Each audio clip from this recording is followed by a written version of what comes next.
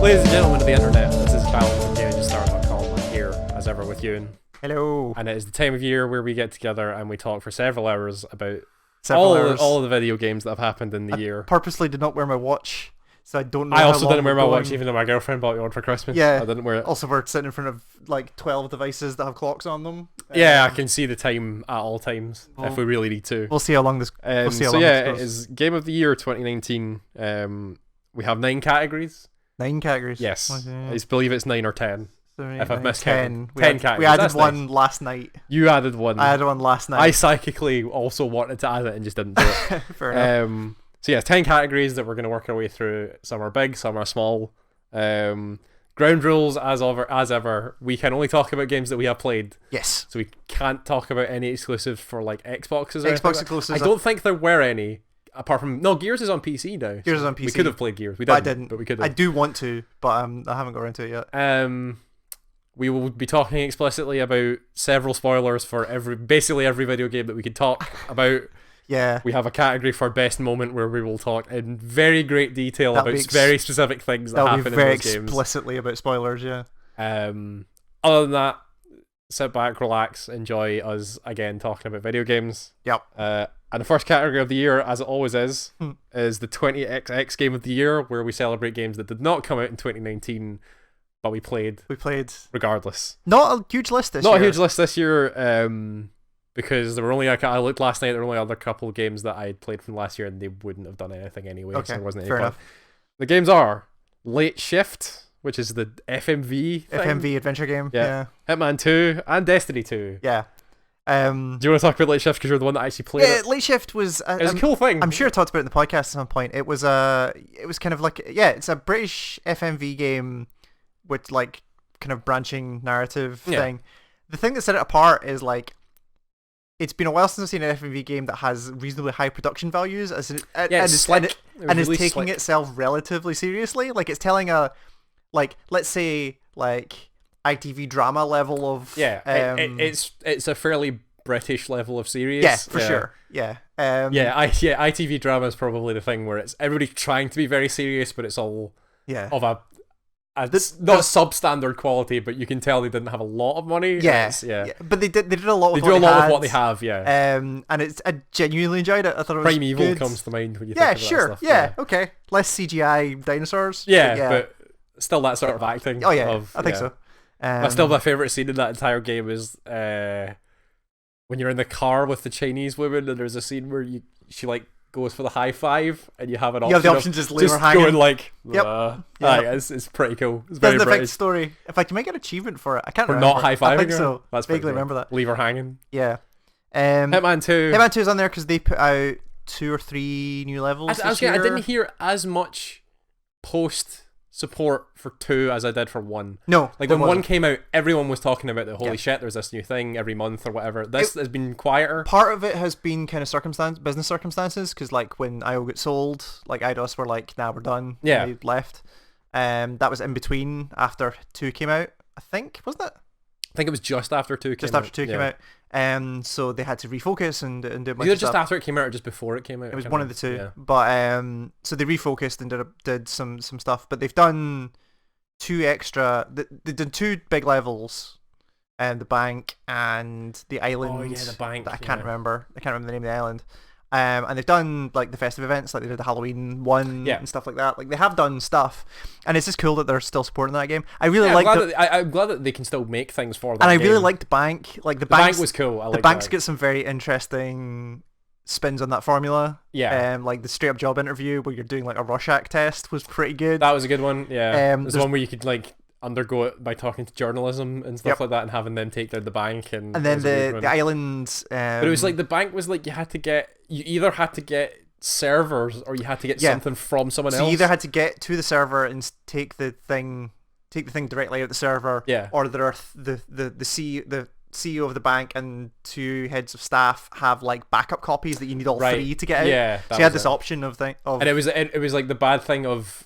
Because I remember a lot of people were doing this when you got to the server and you pulled the server out. It was like a physical thing. You had to carry it, and people went, "Oh shit! Now I can't do." You can't hide it. You can't put it in anything. Yeah, so you just have it, and you have to walk out with it. Yeah, it was a cool idea. And then Island's good because it's like just some super contemptible people on the. I can't remember what the island was. It was basically like it was a island retreat for like people who have suffered like massive PR disasters, and are like, you come here and we massage all the stuff away until people forget, and then you can go back into society. So it's just full of like all these horrible people with bunches of money who are just there because they've done terrible shit. They're there to hide from the world. Yeah, right. And you have to take out some of the people that run the island, because they have, and it all actually does. All of this ties into the story of Hitman 2. Like, these are direct continuations on from what happened at the end of 2. And there's just some great kills in there. Like, there's a really good like hide a remote bomb in this dude's jet ski. So like, their IT dude for like their security dude for the island and all their servers and stuff like that is like a massive fitness nerd. Like, he's like buff and like running, but he also like the head of I can't remember, head of security or whatever it was for the island took the keys from jet ski off him because he kept like jumping off shit. And like, so the thing you do is like, so you get these keys back and then plant a bomb in the jet ski, and he goes, oh awesome, rides off, and he's hit the button as he goes. It's really good. That's a pretty good one. Yeah. But then there's Destiny, which is like, that's had a great year. I mean, this was the year that you turned, right? This was the year that you... Oh no, I was on board for Forsaken, but that was... Oh, Forsaken, right? Forsaken turned, but this was the year that Bungie took Destiny back from Activision. Yeah. And released Shadowkeep, and then Shadowkeep's this year. The 2 seasons of content, Season of the Undying, and currently Season of Dawn. And it's the new format. It's their rework of like, it's a battle pass. Yeah. So they have like battle pass levels. They've gone for a slower method of storytelling, where it is drip feeding content out over the weeks, as opposed to going like, here's the new season, here's everything, go. Yeah, totally. You run out of content in 2 weeks. They are like slowly drip feeding you stuff. Totally. And they did that with Undying as well, where it was like, oh, it's weird, the Vex are showing up on the moon. Holy shit, they're invading the moon. Yeah. Oh god, we've traveled through time to try and kill the nascent mind. All that stuff. And there are problems with that system where like, if you can't commit as much time to it as you could, like, so with this season, for instance, when Saint 14 shows up the tower, I'm like, I don't know why he showed up. Like, I haven't got the context at that point, for why so I had to like power through and be like, do all the Saint 14 story stuff, which is not an insignificant amount of stuff. No, it's not. But it is cool. It's cool. The Saint 14 story stuff. But then really once cool. you get there and you're like, and he appears at the tower, you're like, oh, I get why this is such a big fucking deal. Really and all cool. This stuff. I have a gripes with the whole idea behind this season. Really? I really hate time travel stories. Right. Because they're lazy and they always fuck everything up. Right. And like, it really fucked up. Like, Saint 14 for years, this is just going to be me talking about Destiny. for years, Saint 14 was like this pinnacle character, especially for Titans, who was like revered. Because he was the Titan. He was the first, he was the greatest Titan who ever lived. Yeah, he was like the greatest Titan. And he was like famous for like headbutting Kells of Fallen, and like, he basically ended his life by going into the Infinite Forest and decided he wanted to kill Vex forever. I almost made that one of the best moments, was him fucking headbutting that Vex as he comes great. through. Yeah, that was a super good really dumb. So yeah, he was this like major character that everybody revered, and they went, okay, we're gonna do a Saint 14 story, and we're like, fucking great, it's time travel, and I instantly went, fuck, this means they're gonna do the thing of like, a lot of the things that Saint 14 does, it turns out it was actually the Guardian that did it and not him, and that's exactly what they did. Yeah. Whereas like, the first fucking thing you do is you find Saint 14 on his first ever fire team mission, which is him on Nessus fighting off all these Fallen, which he's supposed to be famous for, and instead you do it all and hand him his shotgun and go, this is yours, by the way. But that's not his, like, a new shotgun for him. No, it's like, the perfect paradox. It's his shotgun. Okay, right. You give him a shotgun, and then the next time he shows up, it's like the famous thing where he goes into the Infinite Forest and tries to kill the big Vex mine. Turns out you actually did it. And I was like, but that's not... I don't want that. Like, that means that it belittles that character so much. It does. Then now he just turns up in the tower and is like, we need to do this, and you say, what you actually mean is I need to go and do all this stuff. But I mean, since they've done the Infinite Forest stuff and they've established that, like, hey, theoretically the Sundial can take you to various places, like, they've just opened it all back up to like, well, Cade's coming back at some point, right? So this is the thing. There was literally a video released by the lore master that is My Name is Bife. Yeah. About 2 days ago, it was literally like, can we bring Cade back from the Sundial? And the title of the video was, can we bring Cade back? Brackets, absolutely fucking not. Close brackets. Oh, really? Okay. Like, okay, cool, so that's there's low reasons why they can't. Because, like, I've said this to multiple people. I said this to you as well. Like, I miss Cade in Destiny. Yeah. Not as a oh shit, Cade died, isn't that sad thing? Yeah. Of like, Destiny's really serious now. It's gone super serious. And it's really dark, and I get that's what they're going for the story, but like a little bit of relief would be good. I need someone to crack a joke every so often. But. Like even to the level of like the way that Petra was in. Yeah, like she had her moments. She had her moments of like fucking Guardians. Yeah, Jesus. but she was a really good foil for. That's why that first mission in Forsaken was really good. She's a really good foil for Cade. Yeah. Who is just like out in the wall, like balls to the wall craziness, and she just kind of goes, "Oh fucking whatever," and walks on. Like that works. It works, but you don't have Cade there anymore. So like, I wonder who they would even get. Like, I think they were kind of going for some of that with the Drifter. But like his actual story is like when they got to his season and it turned out his story was actually also super dark and he's really important now. Yeah. Lost all of his like cool Matthew McConaughey moments. But all right. all that shit. Yeah, there's actually an achievement is there that now. Yeah, it's ridiculous. Oh, wow. So they know. But yeah, they know. Okay. So yeah, but they've had a Shadowkeep was amazing. Shadowkeep's real good. They've added so much content. Their mentality now behind content is a lot better. Totally. Whereas they want you to keep coming back and doing stuff, which means you're more involved in the world. Yeah. Great. I did see though I saw a couple of articles today about obviously because this is their thing now, this is Bungie's thing, like they've ramped up the Eververse a bit. Yeah. But, so like if you wanted to get all the content for this season, it is $200. Like it's a lot of content. Yeah, so the difference is that they've done, instead of you getting packs that have random options in it that you can then also buy the thing. You know, buy the thing with Bright Dust. Yeah. And there are limited sources to get Bright Dust. Yes. That's the issue. Yeah. Is that there are a lot of cool things, and it's fine for me because I've got billions of Bright Dust. I don't give a shit. Yeah. But it's harder for other people who don't have a lot of Bright Dust. Yeah. But yeah, that's kind of the downside of it, is they're still trying to figure out what to do with Tess and the Eververse. Yeah. They're still working it out and they're still changing stuff. I'll also say, like, this year, and I haven't got as deep as a lot of people have, but like it definitely felt like this season was the buggiest season they've had. This season was bad, yeah. Where they had like progress stopping, like you can't interact with the obelisk on the EDZ. Yeah, so the EDZ obelisk is still busted. The obelisk that's in the tower is also busted in exactly the same way. Really? Yeah. So the tower the obelisk that Saint 14 has built in the tower also bugged out. So that's really weird, because I was trying to work out how just that one can be busted when it probably has exactly the same stuff underneath it. It's now this one as well. Weird. No idea how it's bugged, but it still is.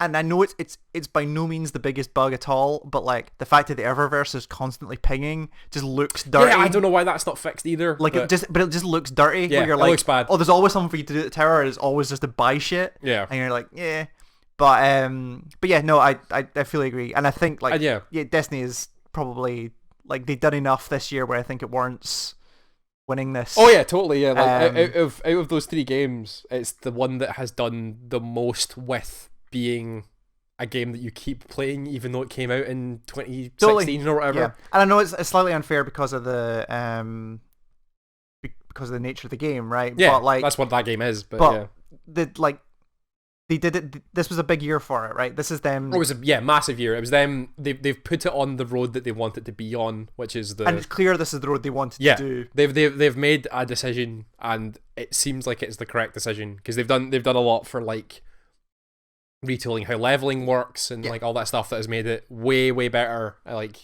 it does feel like you're making constant progress, as opposed to the points where there'll be stretches where you're like doesn't feel like you're doing much. Yeah, but you could always be doing something and get progress. Yep, been good. Cool. So well done, Destiny. Yeah, Destiny 20XX Game of the Year.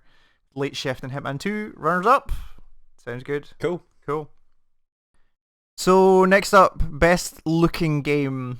This is the one of the best named categories that we have. Yeah, it seems very generic, but it's a mixture of art direction, technical expertise, just all of it combined into one category, because split it out, we'd be here forever. You'd start arguing about, is that really technical? Is that really art? Is that it gets more confusing if you try and separate it. So we have Division 2, Observation. Division 2 came out this year, by the way, which I keep forgetting. Observation says a lot about that game. Yeah. Void Bastards, Control, Sayonara Wild Hearts, Jenny LeClue, Disco Elysium, Kingdom Hearts 3. Really? Okay. That game looks amazing. Okay. Plague Tale: Innocence and Resident Evil 2, Yeah. which is the remake. That's the remake, came yeah. out this year. Resident Evil 2 brackets 2019. 2019. Yeah. Kingdom Hearts 3, really? It's a really good looking game. Have you seen that game? Yeah. It looks gorgeous. Okay. Like it's a combination of amazing like technical skill where all the characters are really well modeled, all the environments are amazing, with a Disney color palette. Yeah. So everything has washes of color, and it's all. Was it not? It's sensory. Was it not the sensory? Yeah. The way you pronounced that was very good. Yeah. Was there not a thing though that like you could tell that game had been in development for a while, where there are some areas that look wildly better than others? Oh god, yeah. Okay. I mainly wanted to bring it in to say that if you like. There are scenes that look incredible in that game, especially when you get in close to like character models and stuff like that. Look fantastic. Is Winnie the Pooh furry in that game? I don't remember. No. I don't remember. I don't think Winnie the Pooh's furry in that game. Okay. But... Okay. Division 2. Say again? Division 2. Division 2 looks really good. It's a really good looking game. It's a very... It's the epitome of technical, like... Oh yeah, it's got pixels out of the arse. But like in terms of art direction, like it's a modern military shooter, like there's not a lot there. Well, you say that, but then there's variance in environment where you get to things like the museums and stuff like that. Yeah, so that's possibly the thing, but that's almost like moments. Like that's like that first the fight in the planetarium, for instance, is kind of cool. There's all that kind of stuff, but like in terms of just pure raw, like this game looks real nice. Like power. It's a nice looking game. It's nice why it's on there. Observation is the space sort of kind of the thing where you're an AI, right? Yeah, you control the AI on the ship, and you're trying to help save people. It has a style, like it's very gritty, it's very real, and like the claustrophobia of being in a real spaceship is very, very intense. And it's just got Is that another one that freaked you out for that? Like, did it not make you go weird because you were all claustrophobic and stuff? No, that was the VR. Oh, that was the VR game. Which I've never gone back to. Yeah, that's fair enough. It's that's in there just because like it's got a really good look to it. Yeah. Like it really does the kind of AI representations and like the terminal drawing and all that kind of stuff is very well done.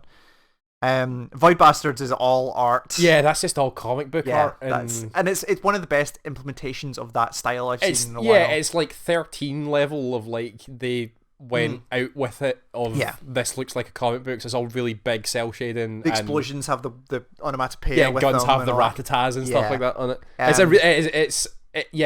a style that you don't see a lot in video games, and they pulled it off really well. You don't see often done well. Like, it's usually just like the cell shading. Yeah, but like they went with like these are like panels. It's a comic book. Oh yeah, because the intro's got like panels and stuff like that. It's really cool. Yeah, it's a really cool thing. Yeah.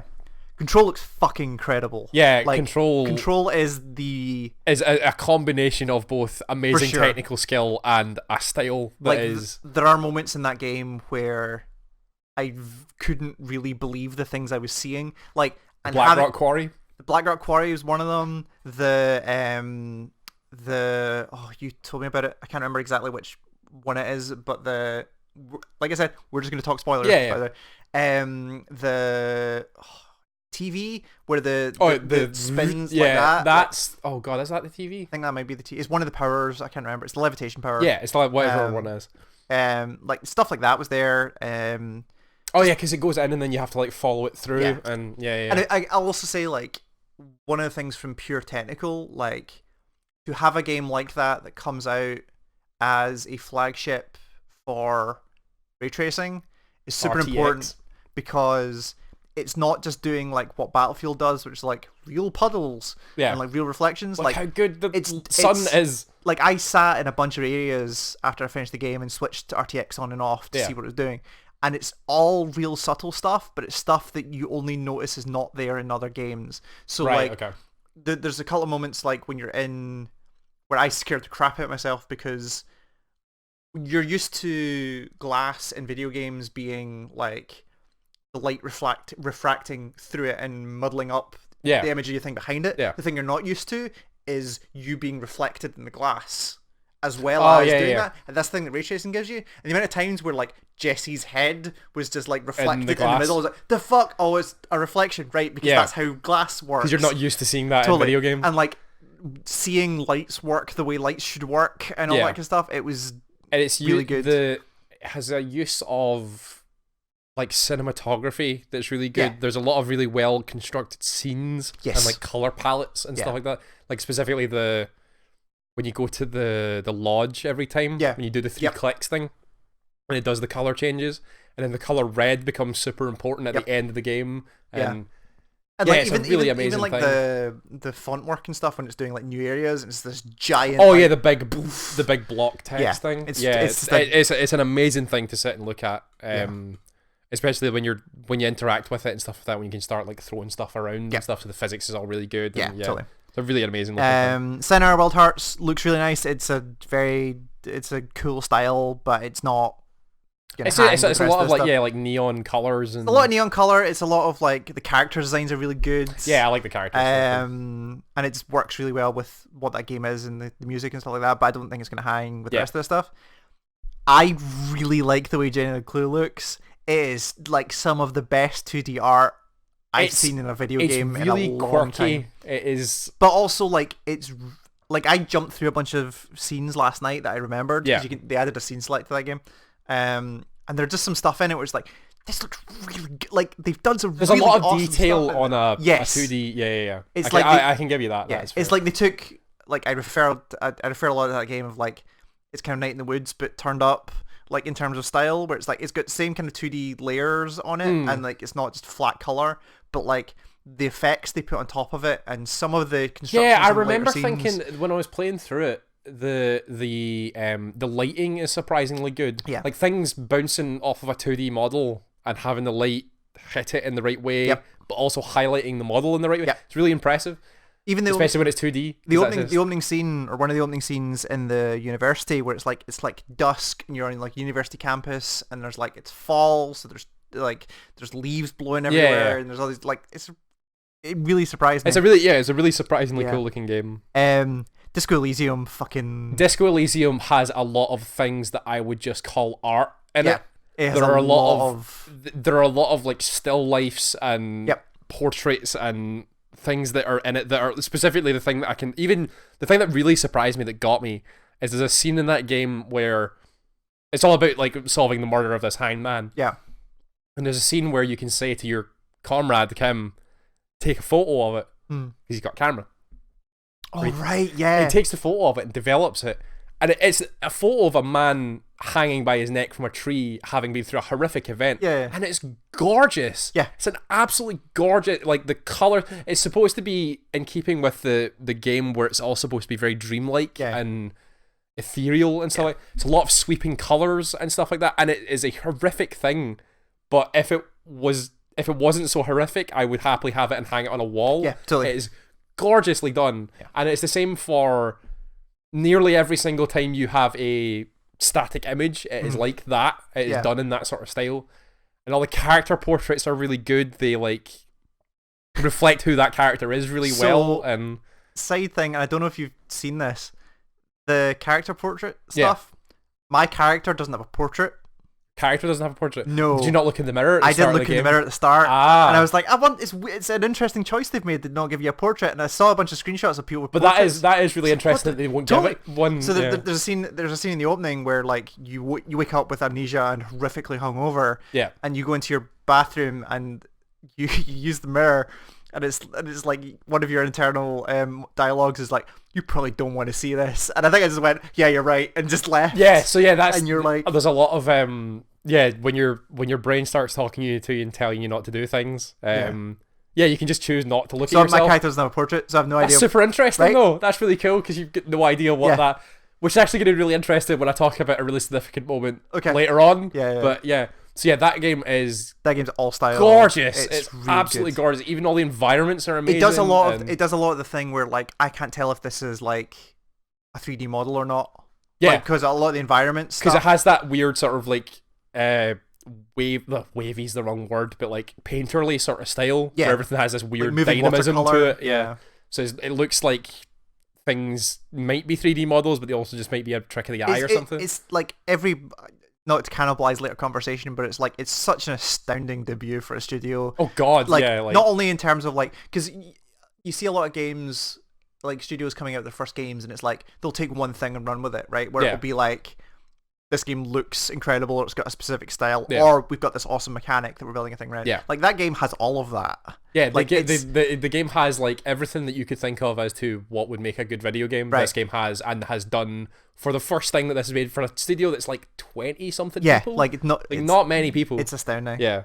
Plague Tale Innocence. Plague Tale Innocence, that's kind of just there for that rat physics. It's good rat physics. The rats are the lighting's good as well, but that's also related to the rat. But that's physics, the thing. Like, so they built an entire when you build, I can imagine the conversations with the art department in that studio being like, "Hey, our entire game is built around hundreds of thousands of rats and really intense lighting that is integral to gameplay." That scares those rats. Oh shit!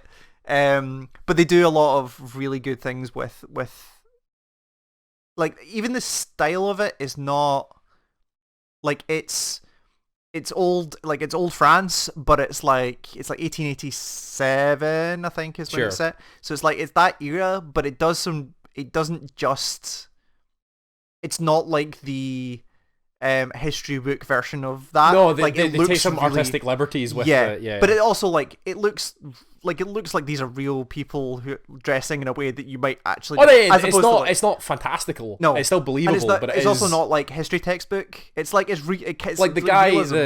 I don't know the names of the characters because I haven't played it, but the guy who's like the Inquisitor guy with the big helmet.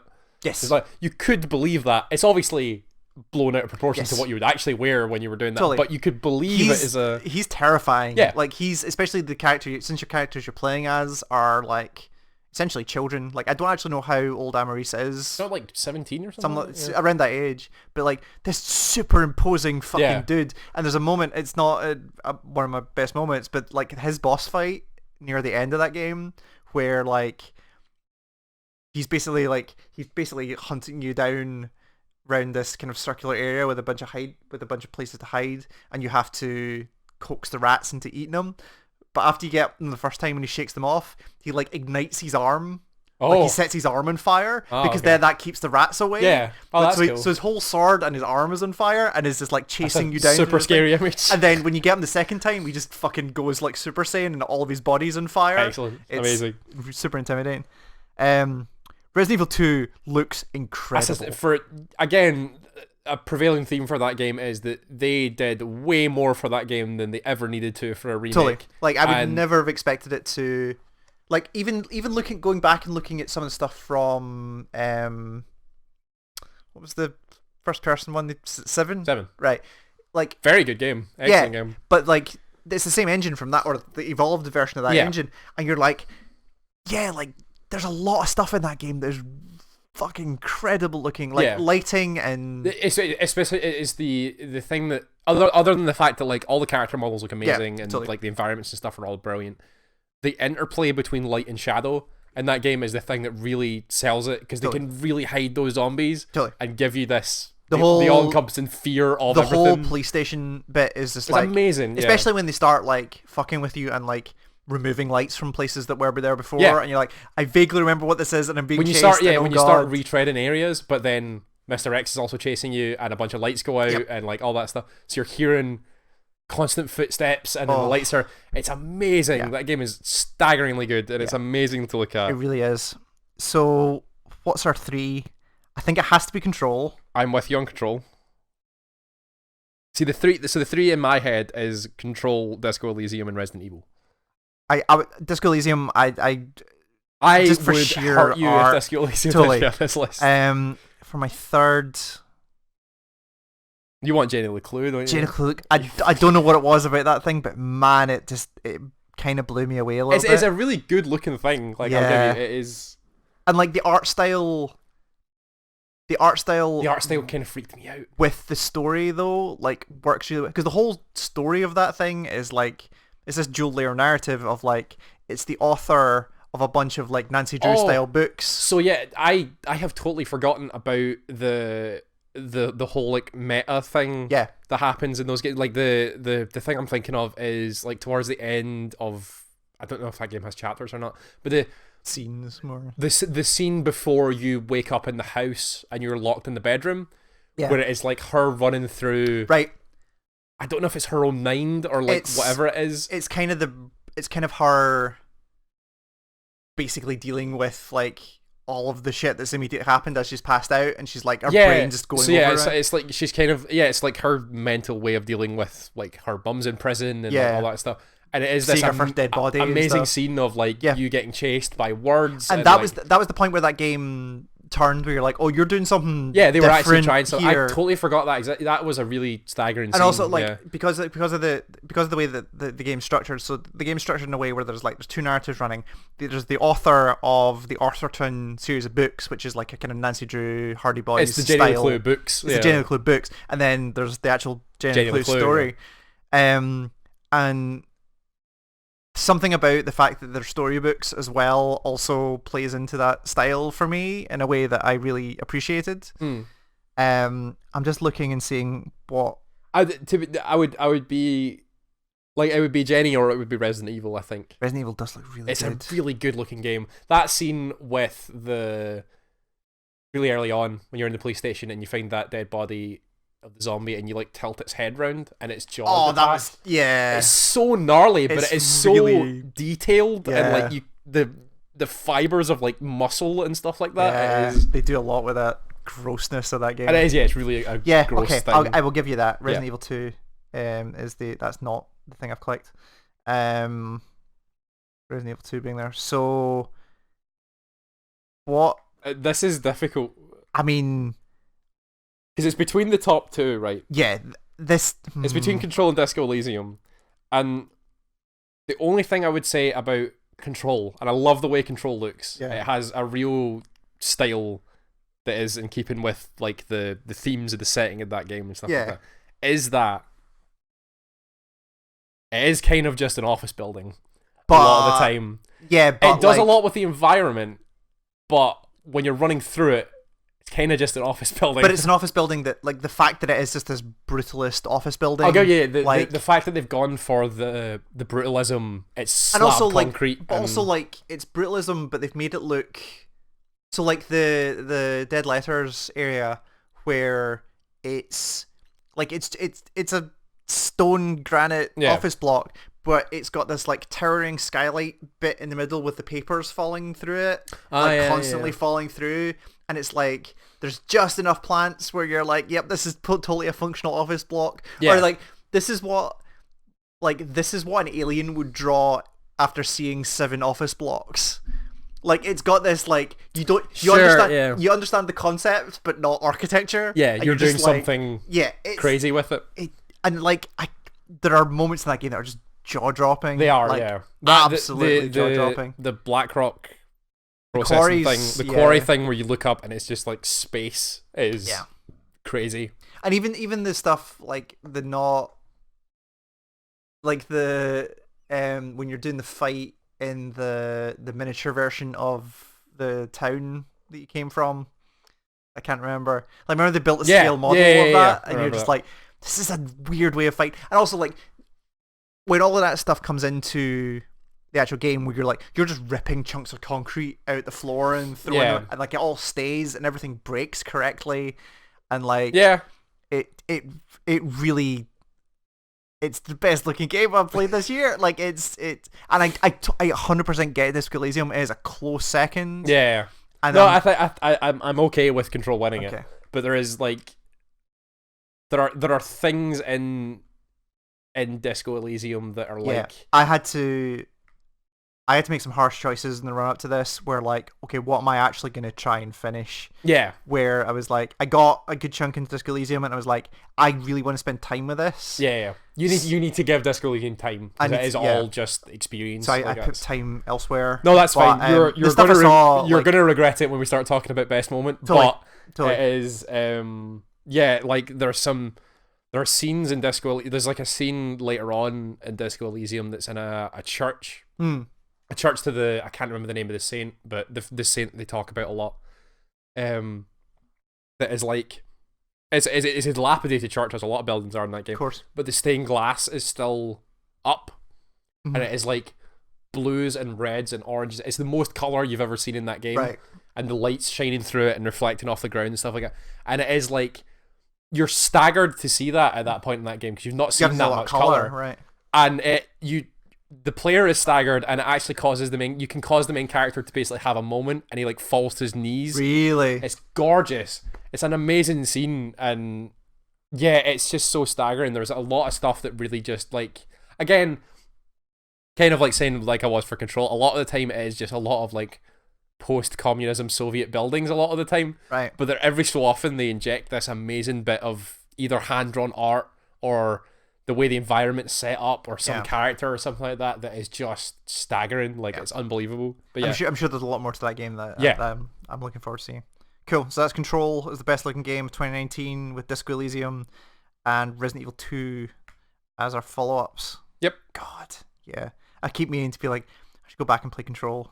The more I thought about it, the more I was like, yeah, there's a lot in that game that's, I'm sure. Well, the DLC is coming this year, so hopefully that Alan Wake DLC that's totally that's later. But even then, like, that's totally gonna be Alan Wake. There's stuff happening. You're like, God. No.